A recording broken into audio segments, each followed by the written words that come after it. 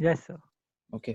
Start. Good afternoon to one and all present over here. I, Kamran, and my team Synergy is going to present you on a topic of marketing weeks. These are all my team members: Vaishnavi, Geeta, Vishal, Raj, Sumit, Anugrah, and Sahil.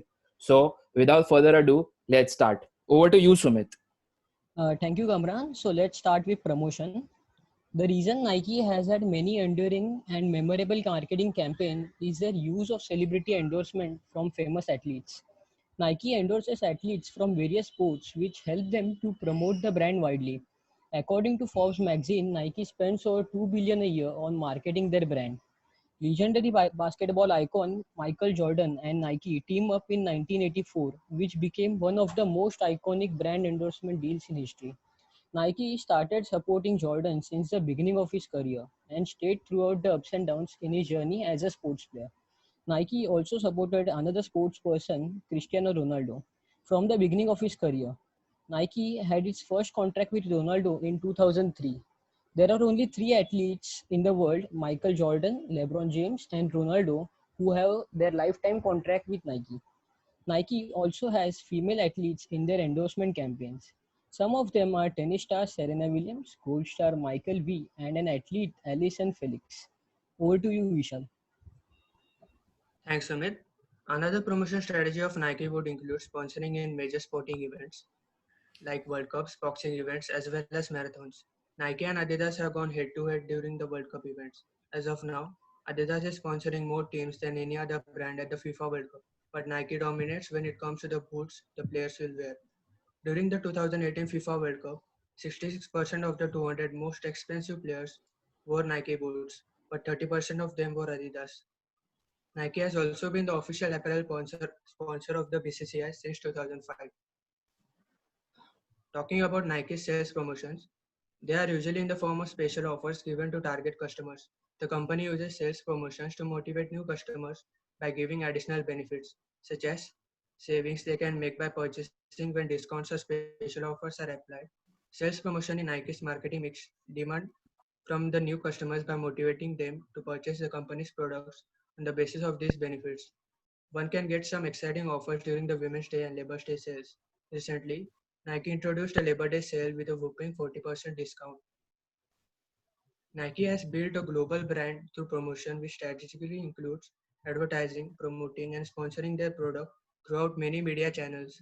Nike advertises and promotes their brand through billboards, commercials, newsletters, sponsorships, and an overall guarantee of quality service. Back to you, Sumit. Thank you, Vishal. So, hello friends, we all know that there are various strategies to promote the brand. Let us see one of the Nike strategy through this video, and also we can see how Nike has come up with an entirely new distribution channel which has set up in Europe.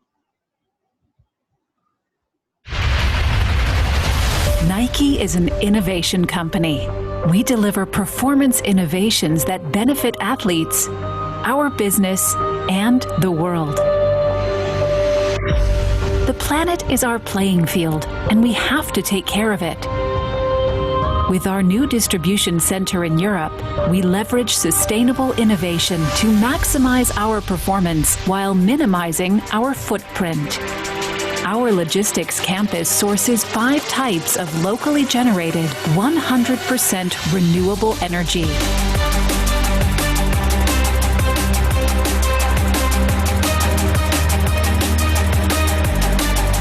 Designed in harmony with its surroundings, animals and insects help maintain and monitor biodiversity.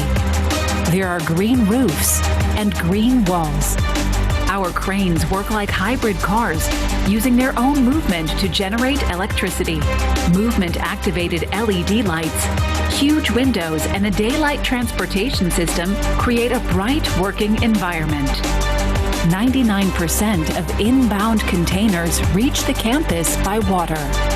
Built to be simple, flexible, and scalable, our distribution center ensures that every day, whether it is an order of 1 or 10,000 units, the right Nike products reach the right destination. Sustainable innovation drives us to dream bigger and get better. But this is no dream. This is reality.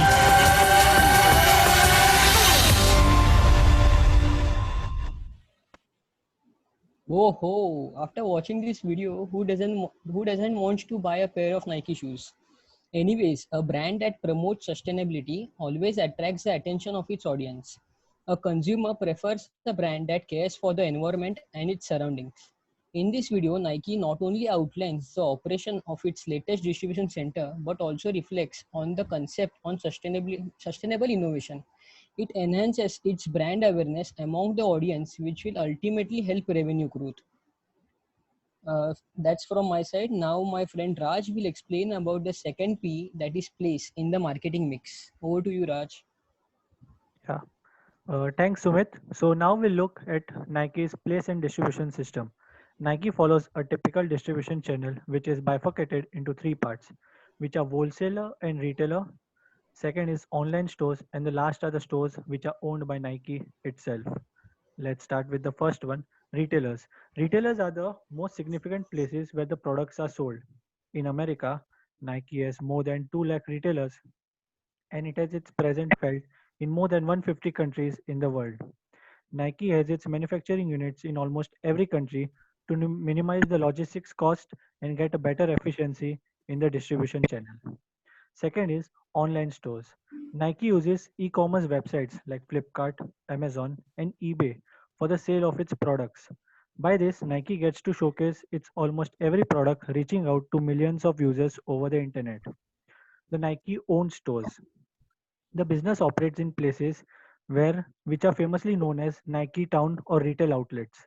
These outlets are company owned and allow access to business and market information that supports corporate strategic management with regard to marketing strategies and tactics for current, new, and emerging products.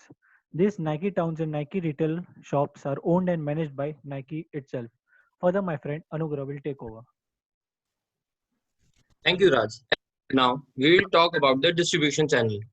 From the manufacturing unit, the distribution channel works in two ways. The first one is the wholesale and retail way, and the second one is the direct channel. Under the wholesale and retail way, which is also known as B2B, we have its retail, wholesale, and the online store through which they sell their product to these business stores, and then these, these business stores sell the product to the customer. The next channel is the direct channel, which is B2C, one under which Nike has its own store called the Nike Town, or the store which are owned by Nike. They are owned and managed by Nike itself. Through this, they maintain a direct relationship with its customer. As you can see on the screen, we are clearly interrupt that most of the sale are from the North America, which is 47%, followed by the Europe and China, which are 20% and 12% respectively. The whole chunk of the emerging market includes countries like India, Australia, the whole African continent, and South America, which contributes 14% to the sale of Nike. Now, my friend Geeta will tell you about third P of the marketing mix, which is price. Thank you, Anugrah.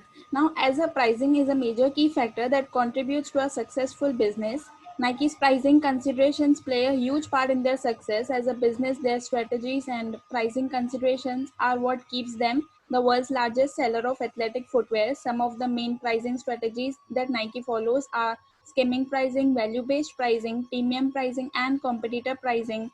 So the first is the skimming pricing, as Nike applies that skimming pricing strategy whenever it produces expensive products, especially which are limited editions. When the company brings out new designs into the market, Nike uses this strategy to set high initial prices.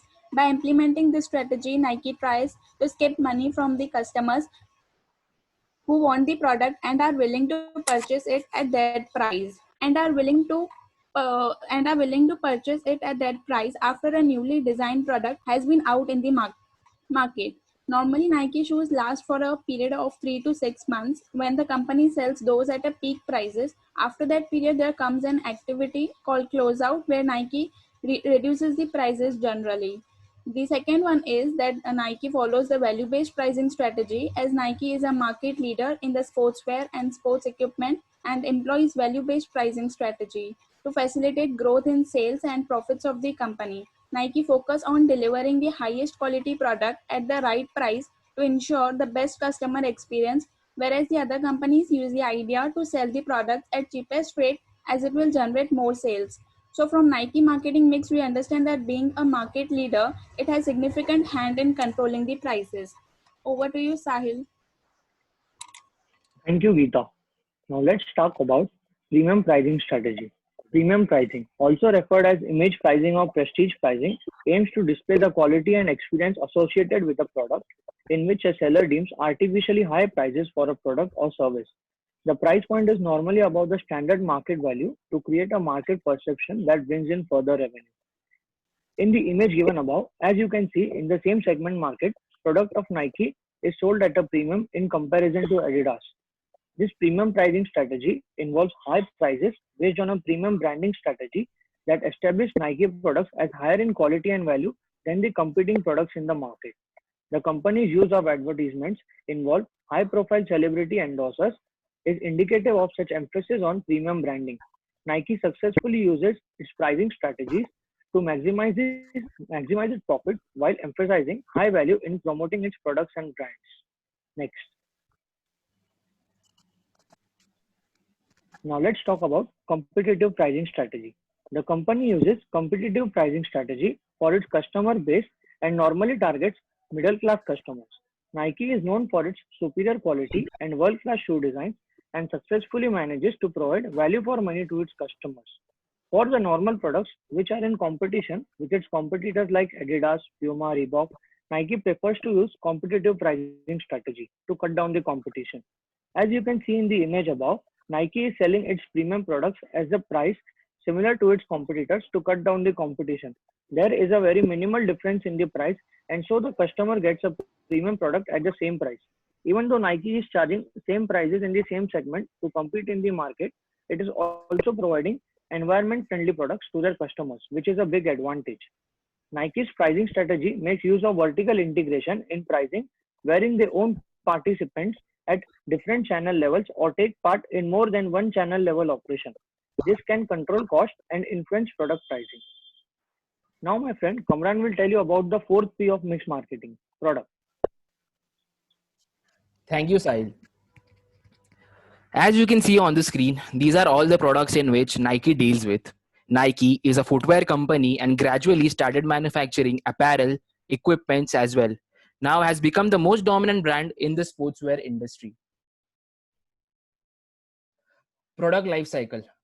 Product life cycle refers a sequence of growth and development stages through which product may pass through.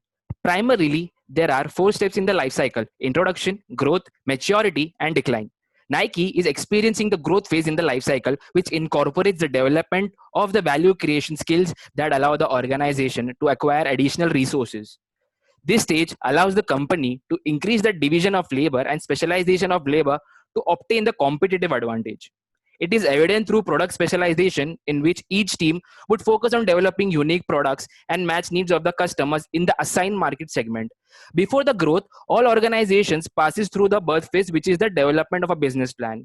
This stage includes product opportunity, targeting and segmentation, SWOT analysis to identify the strengths and weaknesses, decisions of whether the possibility is feasible, and a detailed plan of the business mission, goals, and the objective of financial statements.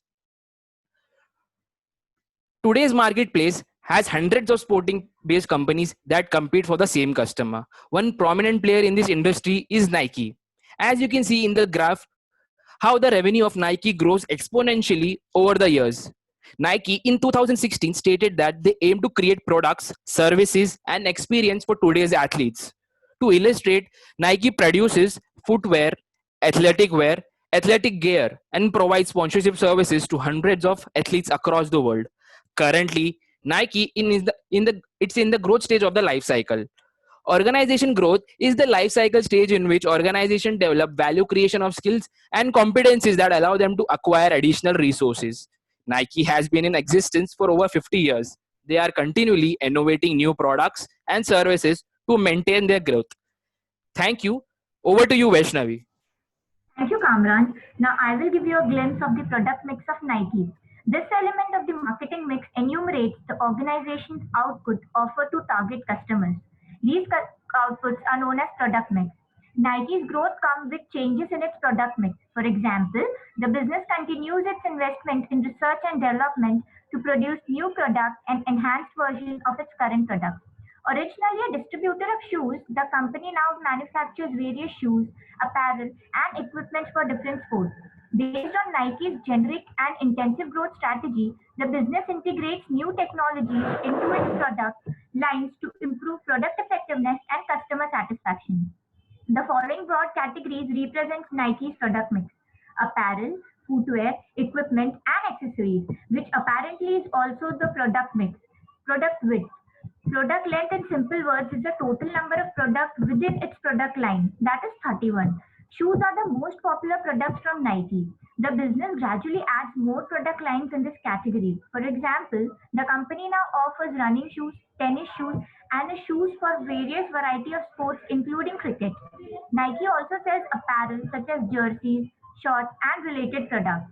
In addition to this, the company's product line includes accessories and equipment such as golf clubs. These products are available under a number of the company's brands, including Air Jordan, Hurley, and Converse. Based on this element of the marketing mix, Nike expands its product mix to address the needs of its target markets and market segments. I hope you find this presentation informative. This is Vaishnavi Singh signing off on behalf of Team Synergy. Thank you.